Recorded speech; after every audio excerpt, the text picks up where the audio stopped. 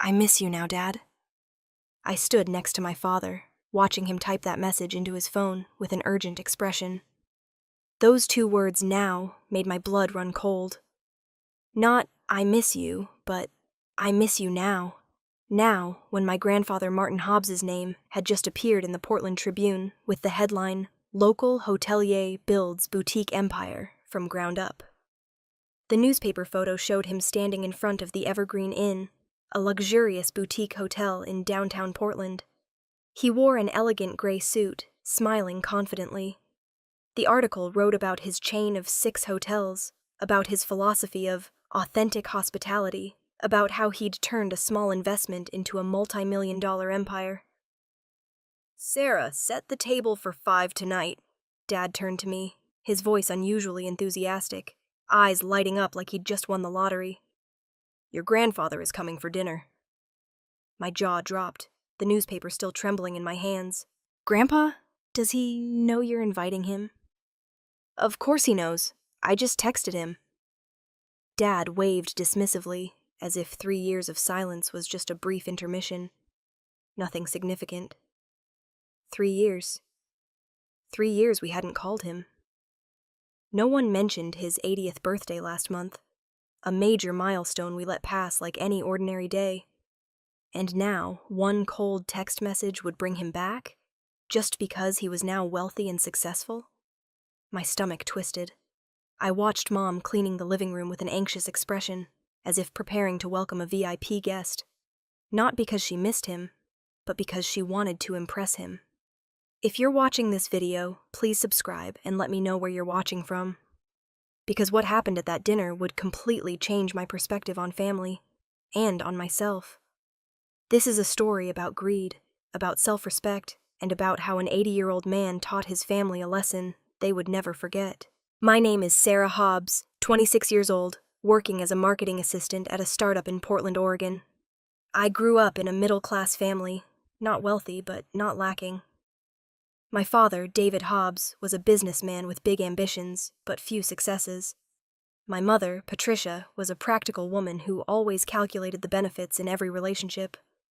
My grandfather, Martin Hobbs, my father's father, was a man I once loved dearly. In my childhood, I loved visiting his small house in East Portland. It was an old but warm wooden house with a backyard full of roses he carefully tended. He used to say, "Sarah, customer service isn't just a job, it's an art." Those words stayed with me. I still remember those Saturday afternoons when he'd take me downtown Portland, pointing out various hotels, large and small, telling me about his time as a concierge at the Hilton, then front desk manager at Marriott. He talked about how he learned to remember each guest's name, their preferences, making them feel at home every time they checked in. People don't remember what you say, Sarah. They remember how you make them feel. But everything changed when I turned 13. My parents began complaining about having to take care of him. It wasn't that he was sick or needed help. He was still healthy, independent, even working part-time at a small hotel. The issue was simply that he no longer brought any value to the family. "He's just a burden now," Mom said once when I was 15, her voice full of frustration.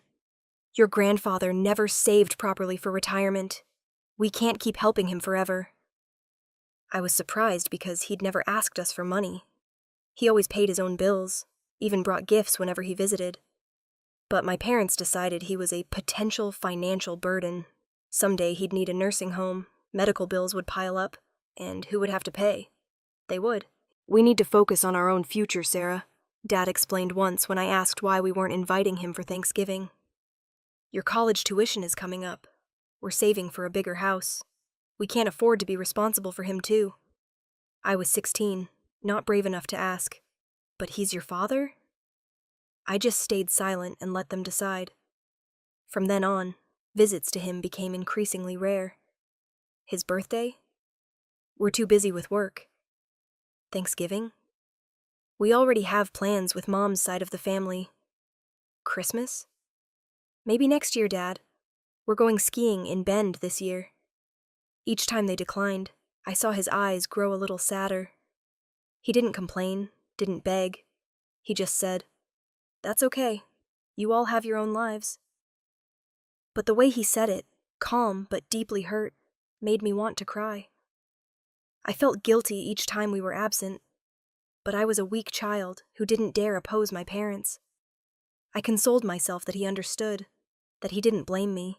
But deep down, I knew I was doing something wrong. Each passing day, the distance between us and him grew, not just physically, but emotionally. 3 years ago, we completely cut off contact with him. No phone calls, no texts, no emails. Mom even blocked his number after he called to check in one last time. He needs to understand we've moved on, Mom said, as if he were an annoying ex-boyfriend, not her father-in-law. He vanished from our lives. And I, in my cowardice, let it happen. I didn't call him, didn't text. I lived with guilt every day, but did nothing to fix it. Because doing the right thing meant confronting my parents. And I wasn't strong enough. Until today. At 6 o'clock, the doorbell rang. Mom opened the door with a bright, fake smile. "Dad, so good to see you." Mom hugged him, but he only patted her shoulder lightly before stepping back. Grandpa walked in, white hair neatly combed, elegant gray suit, his pale blue eyes still sharp. He didn't look old or weak at all. On the contrary, he exuded a calm authority I'd never recognized. He carried a black leather briefcase, unusual for a family dinner. "Patricia, David, Sarah." He nodded to each person, his voice deep and steady. "Thank you for the invitation." Dad stepped forward to shake his hand, flashing a wide smile. "We've missed you, Martin.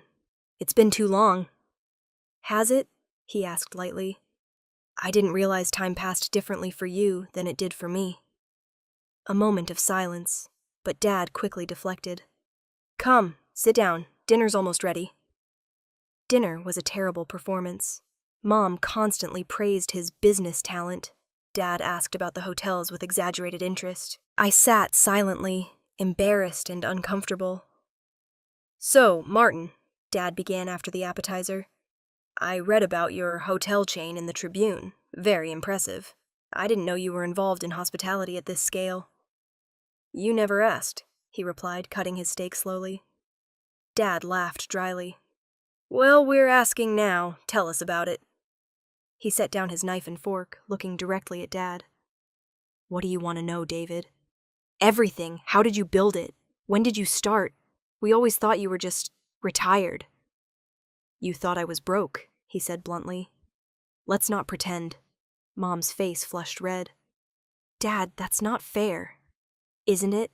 he interrupted, his voice still calm but ice cold. 3 years, Patricia. 3 years without a single call. Not even on my 80th birthday. I waited by the phone that whole day. Nothing. Not even a text. But today, one article in the newspaper, and suddenly I get an invitation to dinner. Mom swallowed hard. Dad placed a hand on Mom's arm, trying to reassure her. "We've been busy," Dad argued weakly. "So have I," he said. "I've been busy building a business. I've been busy honoring a friend's legacy. I've been busy living my life without waiting for scraps of attention from people who only care when there's something to gain." I didn't dare look at anyone. The tension in the room felt ready to explode. I felt like I was sitting on a time bomb. "Look, Martin," Dad sighed, changing tactics, his voice softer. "I know we haven't been good family members. And I'm sorry, truly. I can't change the past, but we're here now. We want to reconnect. And," he hesitated, weighing each word, "I want to help you." "Help me?" He raised an eyebrow, almost amused by this performance. "Yes, managing a hotel chain at your age, it must be exhausting. You're 80 years old, Dad. You should be enjoying retirement, not working yourself to the bone. I have business experience. I've managed teams, handled operations. Let me take some of the load off your shoulders. I can invest, help with day-to-day operations, maybe even take over management completely so you can finally enjoy your golden years. Travel, play golf, relax. You've earned it." That's when I understood my father's scheme. He didn't want to help Grandpa. He wanted to take the hotels. He wanted control. He wanted ownership. Grandpa smiled, a cold, meaningful smile, like someone who'd already anticipated every move. That's very generous of you, David. Very generous indeed. But before we discuss my golden years and your generous offer to help, I brought something for you all. He bent down, opened the black leather briefcase, and pulled out a thick brown envelope. He placed it on the table, right between the half-eaten pot roast. "What's this?" Mom asked, her eyes lighting up like a child seeing Christmas presents. "Open it," he said, leaning back in his chair, arms crossed. Dad opened the envelope, pulling out a thick stack of papers. His face went from eager to confused to deathly pale. His hands trembled as he flipped through each page. This is a detailed financial report," Grandpa explained, his voice like a professor lecturing, "of my hotel business. Revenue, expenses, profit margins, property values, debt-to-equity ratios, cash flow statements for the past 3 years. I thought you'd want to see exactly what you're so eager to help me with before making such a generous offer." Dad flipped through pages, sweat beginning to bead on his forehead. Mom grabbed several pages, reading with an expression of shock, eyes widening until I thought they'd fall out. This says the chain is worth over $12 million, Mom whispered, her voice choked. 12.3 to be exact, he said. Not bad for someone you thought was a burden. Not bad for an old man you couldn't even bother to call on his birthday. My jaw dropped. $12 million? My grandfather was a millionaire? The man my parents abandoned because they thought he was poor? How? Dad asked, his voice trembling, full of disbelief. Where did you get the money to start this? Grandpa looked at Dad with cold eyes. You want to know? Fine. Let me tell you a story, David. A story you would have heard years ago, if you'd bothered to stay in touch. Grandpa leaned back in his chair, his eyes distant as if returning to the past. 20 years ago, in 2005, I met a man named Charles Brennan. He was a veteran hotelier, worked in the industry for 35 years, managed some of the finest hotels in the Pacific Northwest.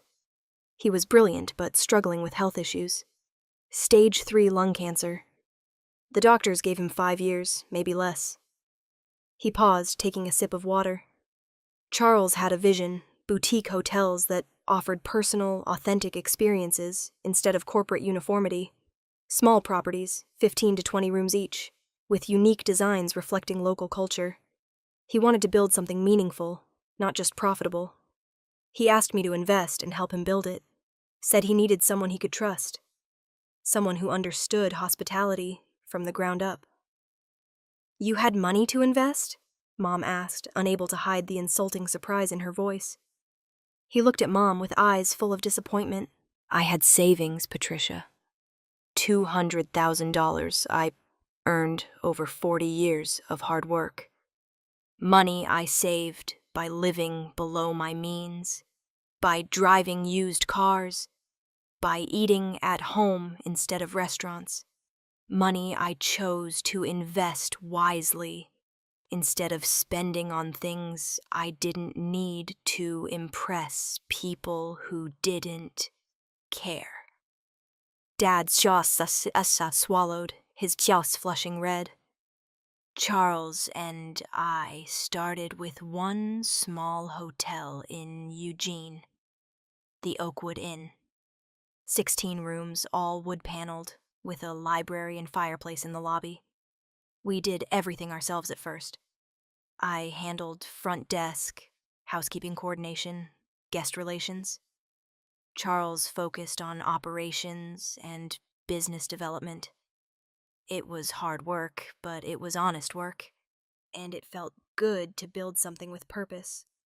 He smiled gently, a smile full of nostalgia. The Oakwood was profitable within 18 months. We opened a second property in Bend, the Ponderosa Lodge, then Portland, then Salem, then Ashland, then Cannon Beach. Each one unique, each one profitable. Charles managed to live longer than the doctors predicted. Not 5 years, but 15. He said it was because he had something to live for. He paused, swallowing with difficulty, his eyes reddening. 5 years ago, in 2020, Charles passed away.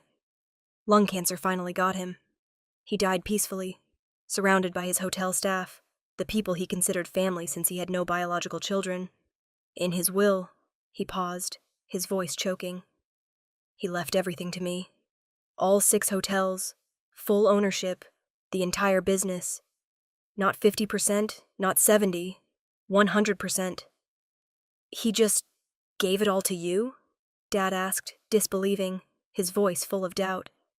He looked directly into Dad's eyes. He trusted me, David.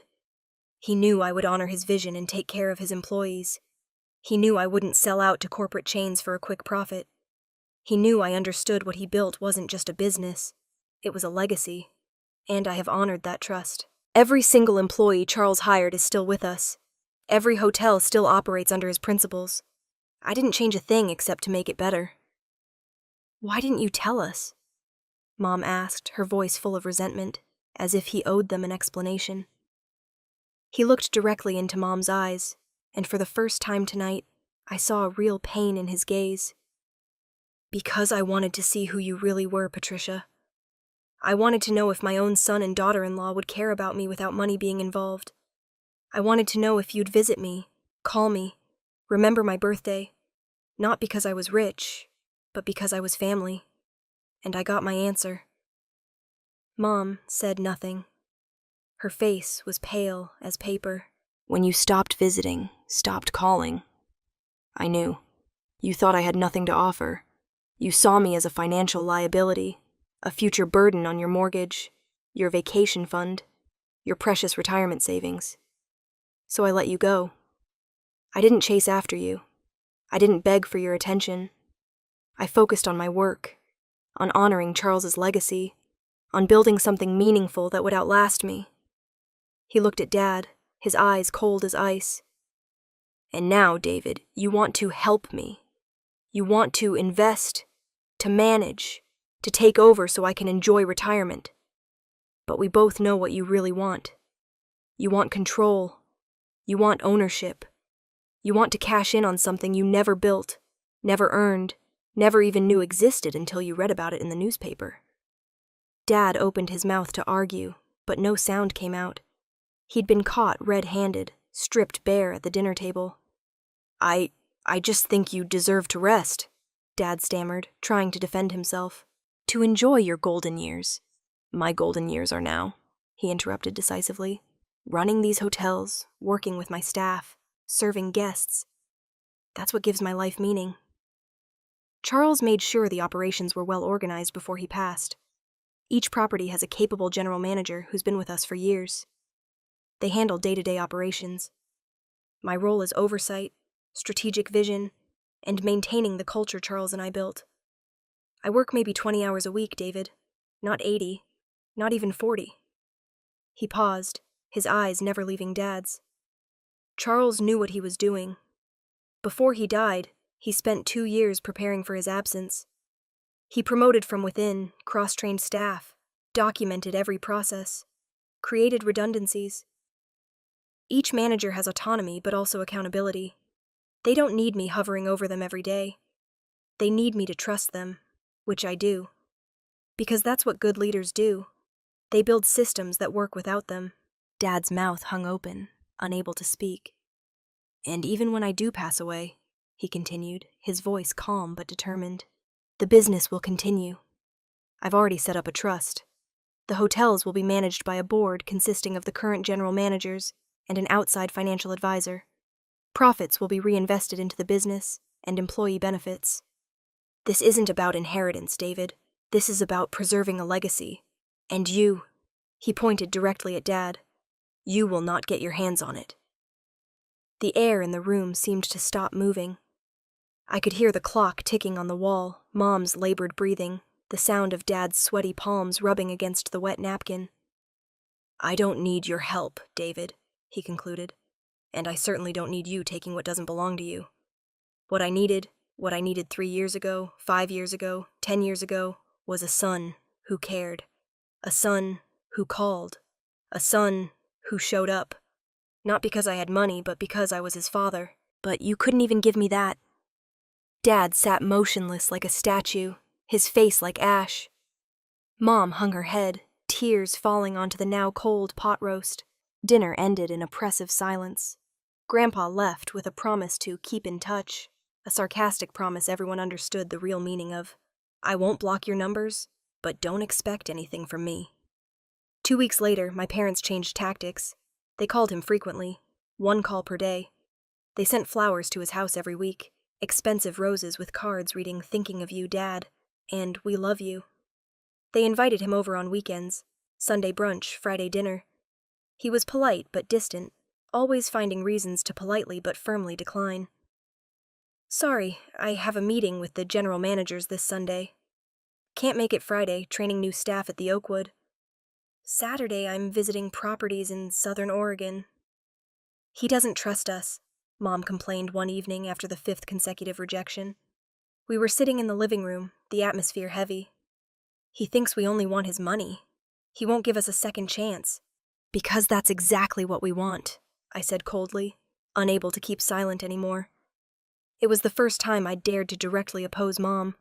We don't want him. We want his money. Mom turned to look at me, her eyes sharp as razors. Don't be naive, Sarah. This is about family legacy. That money should stay in the family. Your grandfather is 80 years old. He could die any day. And then what? That trust of his means everything goes to strangers, his employees, his board. We get nothing. Zero. Grandpa is family, I emphasized, and you treated him like trash, like a burden. Now that he has money, suddenly he becomes family legacy. Watch your tone, young lady, Dad warned, his voice dangerous. Enough, Dad shouted, standing up. We need a new approach. Clearly the nice route isn't working. I didn't like the way Dad said new approach. That sound made me shudder. A month later, I accidentally overheard Dad's phone call. It was late, nearly 11 at night. I went downstairs to get water and heard Dad's voice from his office, low, cautious, full of secrecy. I stopped by the door, holding my breath to listen. Something wasn't right. Dad never worked this late. Yes, I need someone who can create bad reviews for a hotel chain, Dad said, his voice slow and clear. Hobbs Hotels. 6 properties across Oregon. Yes, all of them. My heart raced faster. I set the water glass on the kitchen counter, my hands trembling. What kind of complaints? I don't know. Bedbugs, dirty rooms, rude staff, noise issues, overcharging. Make it believable but damaging. No. Spread them out over 2 weeks so it doesn't look coordinated. Use different accounts, different IP addresses. Make it look organic. I covered my mouth to keep from crying out. Dad was hiring someone to sabotage Grandpa's hotels. How much? 5,000? Fine. I'll wire half now, half when the reviews are live. No, absolutely nothing traceable to me. This stays between us. Good. Send me your Bitcoin wallet address. My blood ran cold. This wasn't just greedy. This was criminal. This was fraud, defamation, could lead to prison time. I backed away slowly, trying not to make noise. I went back to my room, closed the door, and slumped to the floor with trembling legs. I didn't know what to do. If I told Grandpa, my parents would know I betrayed the family. They'd kick me out. I didn't have enough savings to rent my own apartment. But if I stayed silent, I'd be complicit in destroying his career. The career he and Charles had spent 20 years building with sweat and tears. I remembered his eyes at that dinner, the pain when looking at Dad, at Mom. I remembered his voice when talking about Charles, about legacy, about honoring what had been built. I remembered those childhood afternoons when he took me downtown, showed me the hotels, taught me about hospitality, about treating people with dignity. I couldn't let Dad destroy that. I couldn't. Even if it meant losing my family. After a sleepless night, eyes swollen from crying, I made my decision. The next morning I made an excuse about going to work early, but actually drove the other direction, toward downtown Portland. I called Grandpa from the car. Grandpa, I need to talk to you. It's urgent. Can we meet today? Now? Sarah? He sounded surprised, worried. Is everything okay? Are you hurt? No, My voice choked. I'm not hurt. But Grandpa, please, I need to see you. There's something you need to know before it's too late. Come to the Evergreen, he said immediately, his voice serious. I'll be in the lobby. Grandpa met me at the Evergreen Inn. We sat in the lobby with coffee, afternoon light streaming through the windows. What's wrong, Sarah? He asked, concerned. I told him everything, Dad's phone call, the sabotage plot, hiring people to post fake reviews. My voice trembled, tears flowing. I'm so sorry, Grandpa. I should have stood up to them years ago. He placed his hand on mine. Sarah, you're here now. That's what matters. What are you going to do? He smiled with determination. I'm going to protect what Charles and I built, and teach your father a lesson he won't forget. Over the next 2 weeks, fake reviews appeared. They alleged bedbugs, rude staff, overpriced rooms. Some guests complained about non-existent issues, people Dad hired. But he was prepared. He'd hired private investigator Roy Henderson. Roy discovered everything. Fake reviewers' addresses, bank transfers from Dad's account, recordings of the calls. He didn't act hastily. He waited until he had enough evidence, a clear pattern of fraud and defamation. A month after the conspiracy began, Grandpa invited our family to a family dinner at the Evergreen Inn. My parents thought he'd softened. But when we entered the private dining room, I knew something was wrong. Not just Grandpa, but also Roy Henderson, his lawyer, a stern, middle-aged woman named Diane Foster, and 3 hotel managers. What's going on? Dad asked, growing wary. Sit down, David, Grandpa said, his voice cold as ice. We sat. Diane opened her laptop, projecting a presentation onto the screen. For the past month, Diane began, Mr. Hobbs' hotels have been targeted by a defamation campaign, fake reviews, and sabotage. First slide, screenshots of fake reviews. At first, we thought it was a competitor, Diane continued, but our investigation revealed something more personal. Next slide, bank statements with highlighted transactions. Dad's name clear as day. Dad's face went deathly pale. That's private. Obtained legally through subpoena, Diane said. Next slide. Transcript of Dad's phone call, his voice clearly recorded. I need someone who can create bad reviews. Yes, Hobbs Hotels. Nothing traceable to me. Mom looked at Dad, eyes wide. David, what did you do? Dad didn't answer, trembling. Grandpa stood up, walked over to stand before Dad. You tried to destroy what I built, David. You tried to ruin Charles's legacy. Not because you needed money, just because you wanted it. You wanted control. He paused, his voice pained. But here's what you don't understand. Family isn't just about shared blood. Real family is about showing up, not just when there's something to gain, but when there's nothing to take. You failed that test. Mom stood up, tears flowing. Dad, please. No. He shook his head. I'm done listening to empty apologies. He turned to Diane. What are my options? Civil suit for defamation and economic damages, Diane replied. We can also report this for fraud investigation. If convicted, Mr. Hobbs could face up to 5 years in prison and $125,000 in fines. Dad slumped in his chair, face like ash. Please, Martin, I'll do anything. Anything? He asked. Where was that 3 years ago, on my 80th birthday? Heavy silence. He sighed. I'm not pressing criminal charges, not because you deserve mercy, but because I'm tired of this drama. He looked at Dad. But I am filing a civil suit, and you will pay, financially and publicly. I'll be ruined, Dad whispered. Yes, he said, just like you tried to ruin me. Over the next month, the lawsuit went to court. Dad hired a lawyer, but the evidence was too clear. The court ruled in Grandpa's favor, ordering Dad to pay $850,000 in economic damages and emotional distress. Dad didn't have that money. He'd invested everything in a failed real estate project the year before. The court's judgment forced him to sell the house, liquidate assets. We lost the suburban house with the beautiful backyard where I grew up. My parents had to move into a small rental apartment in East Portland, an area Mom once looked down on. Mom tried calling Grandpa, crying for forgiveness, for help. He was polite but clear. "Patricia, I forgive you, but I will never forget, and I will not rescue you from the consequences of your own choices." "We're your family," Mom cried. "No," he said gently but firmly. "You stopped being my family the moment you saw me as a burden instead of a person. Real families don't abandon each other when times are tough. Real families don't wait for someone to become successful before showing love." He paused, his voice pained but steadfast. "I'm setting boundaries now, Patricia. Clear boundaries. I will not let you manipulate me. I will not let you exploit me.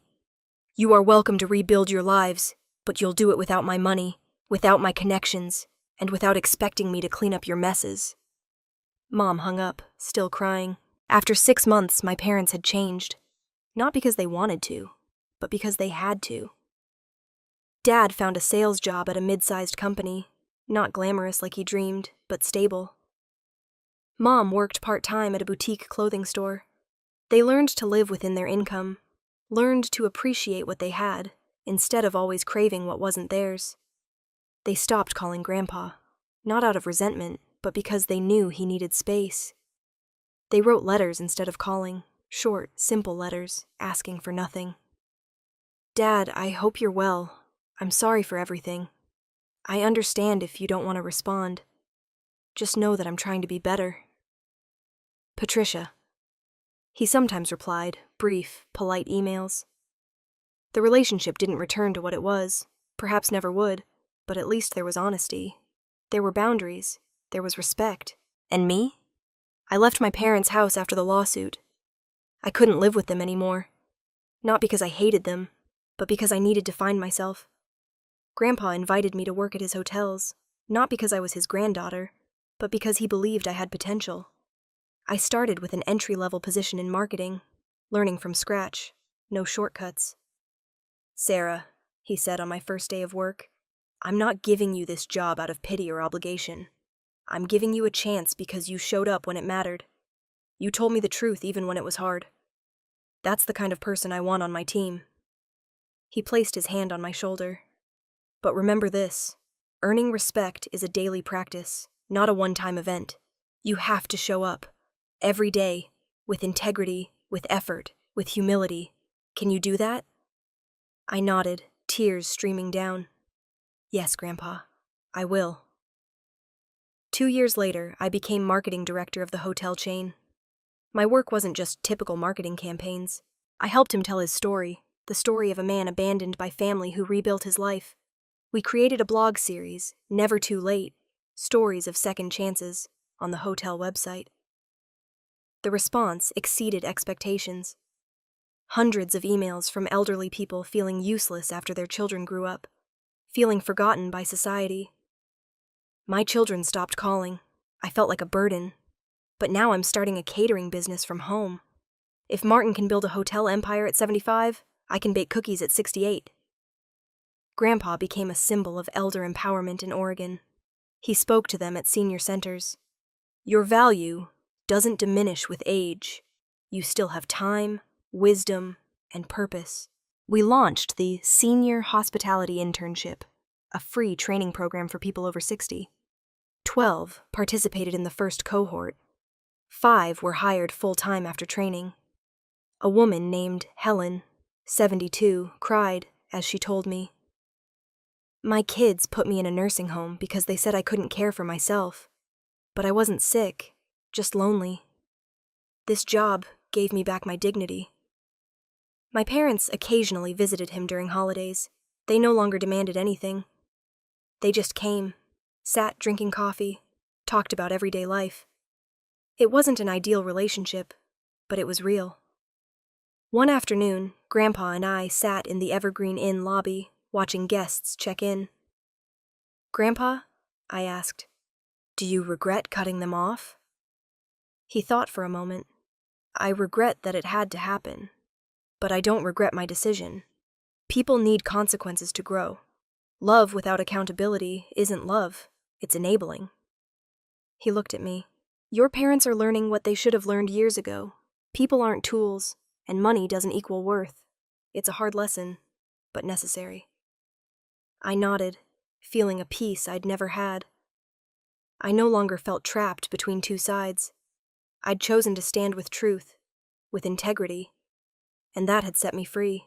If you're in a similar situation, being exploited by family, seen as an ATM, or demanded to sacrifice endlessly, remember this: family isn't just those who share your blood. Real family is those who show up because they love you, not because they need you. You have the right to set boundaries. You have the right to demand respect. And if they can't give you that, you have the right to walk away. As my grandfather said, I don't owe my family anything. I owe myself everything. And if this story resonated with you, please like and subscribe to see more real stories about family, boundaries, and finding yourself. Share your thoughts in the comments below. If you were in this situation, would you forgive or walk away? I'd love to hear your perspective.